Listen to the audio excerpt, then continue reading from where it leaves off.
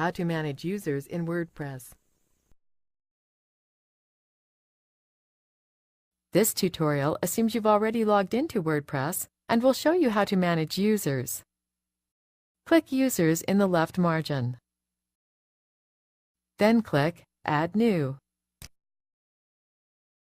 Enter a username and email address for the new user.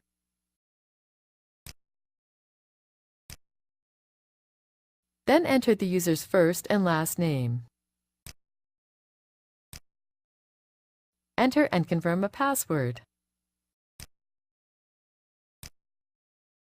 Then click Add New User.